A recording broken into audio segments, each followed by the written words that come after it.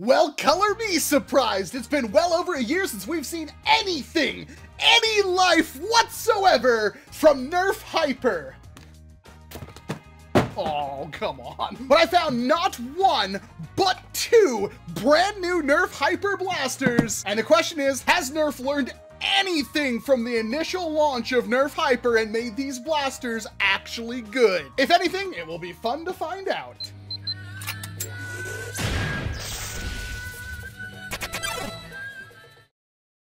If you're looking for fast-paced player versus player action that you can play on your mobile device or PC right this second for free, then you need to check out Mech Arena, especially with the release of their newest limited edition pilot, world-famous soccer star Neymar Jr. And you can unlock him for free and you won't want to miss out. Neymar Jr. is an insanely powerful pilot, boosting the damage of not one but both assault weapons like the autocannon and missile weapons like the lovable RPG. And he's the only pilot in the game with a special perk, one that triggers mech sprint more often and for longer. Neymar Jr. is great for getting the most damage out of plasma cannons or RPGs, and not only makes fast mechs like Lancer even more hectic to deal with on the battlefield as you use your jump jet ability to hop in and out of combat, but even gives a boost to slower mechs that really need help getting into position for maximum damage. Undoubtedly, Neymar Jr. is a huge asset to your roster, and unlocking him couldn't be any easier. Every player can just hop into Mech Arena on 7 different days between October 6th and December 18th, and you'll unlock him for free. This is a limited edition pilot though, so you'll only have a short time to unlock and keep him forever to style all over the players who don't get in on this amazing event. You can download Mech Arena right now using the QR code on screen or use the link at the top of the video description, and new players get bonuses worth $15. With 1 amateur crate, 300 A coins, and 1 pulse cannon 4. And I still have a few slots left, so be quick and you can add me as an in-game friend and get absolutely obliterated by my Panther. Thanks again to Mech Arena for supporting my channel and sponsoring this video. Show them some love by clicking my link and get yourself the best pilot in the game right now.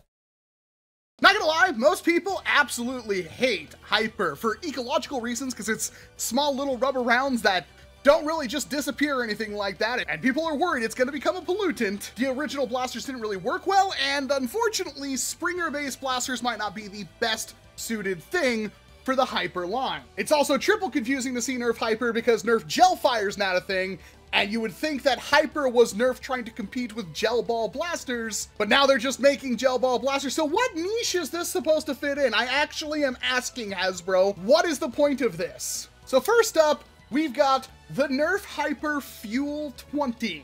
So we can assume that this is worst version of the Rush 40. This one still boasts it's hopper fed, has a 20 round capacity and actually comes with 20 rounds, and they boast it's easy to reload. Attention! So for those keeping score, the problems with Hyper is that they jammed really easily, which sucked, and they were like some of the most inaccurate things you can get your hands on. There was no hop up or anything in the barrel, which is funny because people found out if you added a hop up to most of those blasters, they worked a lot better.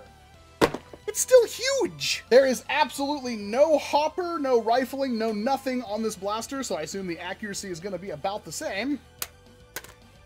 And there's no button release or anything for the door. It just clicks up, holds in. It's kind of cool. It holds into position, and then you slap it back down. And for some reason, there is a jam clearing door on both sides of the blaster.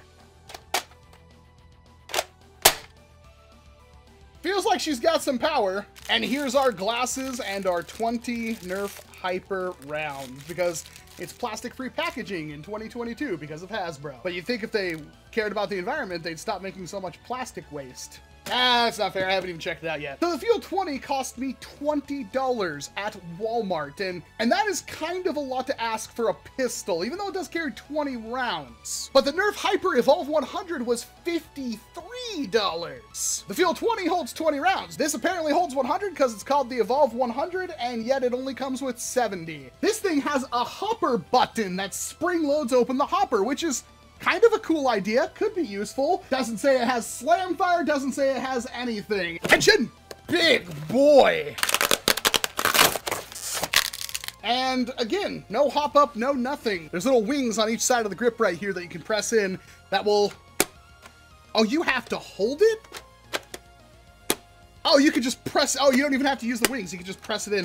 Well, I mean, that works. Maybe somebody likes the look of this thing? I really don't. And the foregrip feels like a Buzzbee foregrip. It works, don't get me wrong, but They could have put a little more effort into making this fit human hands.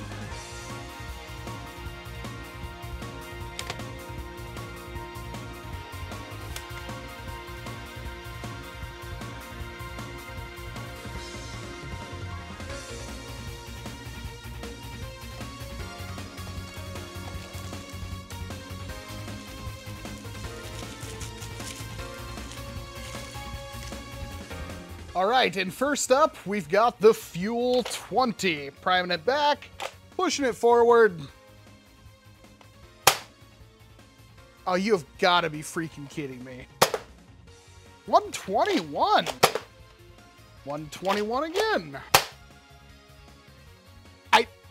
Okay, this is the problem I have with hoppers. Oh my goodness. 116. 118. 119. You get it. Pretty good FPS. Absolutely awful feeding. That one was even pointed downwards and it barely fed. Oh, freaking, ugh. And now the EVOLVE-100. 123. 117. 121. 123, 118, 118 again, 123, 121. Amazingly consistent. That's higher than the 110 FPS they advertised, so not too bad at all. I'm a little confused because these blasters came out way over a year after the original launch of NERF Hyper. And they obviously are trying more things with the line, which is good because with the original launch of NERF Hyper, basically every single blaster was trying something different, trying to nail down what actually works. But in doing so, they're kind of showing that they don't know what to do with the actual line, and the fuel here is another kind of casualty of that. Instead of priming the entire upper half of the blaster like you would with the Rush 40, now you just use the little ring pull down here, which is really comfortable and works really well. But the hopper is so small and the blaster is still so massive, and the fact that it still doesn't have a hop up, so the accuracy is gonna be pretty middling. It really feels like the fuel is just a worse Rush 40 in every single possible way. Yes, it does hit hard, and I do love the fact that this thing hits harder than what it advertises on the box. A rarity for Hasbro. But this small hopper, coupled with the fact that it just jams constantly in this, you really shake it and you really always prime it facing downwards. And the design is not very attractive to me. I can see why this would be a complete pass. If you're interested in getting into the Hyper ecosystem, this one's only $20. Problem is, I'm pretty sure you can find a Rush 40 for way cheaper than that. I just feel like they could have done more over the past year to make Hyper a little bit better. We know for a fact that hop-ups on these blasters make them shoot farther and give them better accuracy. I don't know why Hasbro hasn't figured that out yet. Now with the EVOLVE-100, I'm actually a little conflicted because this thing does work fairly well for what it is. It's still super inaccurate, but the hopper design is really nice. You can very easily just open up the hopper, dump rounds in, close it, and get back to firing. It doesn't have slam fire, which I think is a con against it, but a 100 round pump action, easy to reload, and you're still getting those high performance marks for $50-something. I could see this having a use. Not that I've seen anybody do hyper only game modes yet.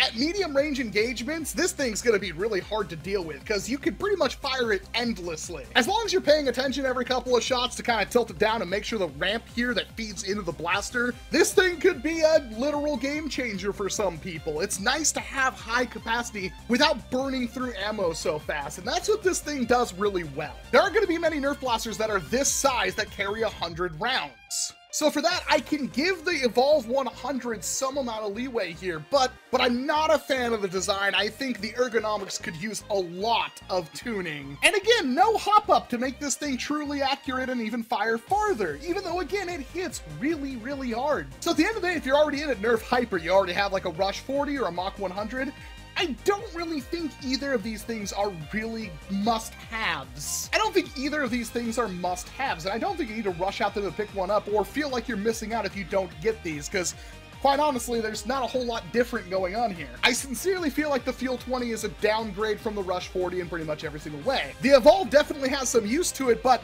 pretty much everything that this can do could also be done with something like the Rush 40. The Evolve is good enough that I would say wait to see if it goes on sale somewhere, because the $50 price tag is a bit much, but it's not necessarily doing anything that the other blasters couldn't already do.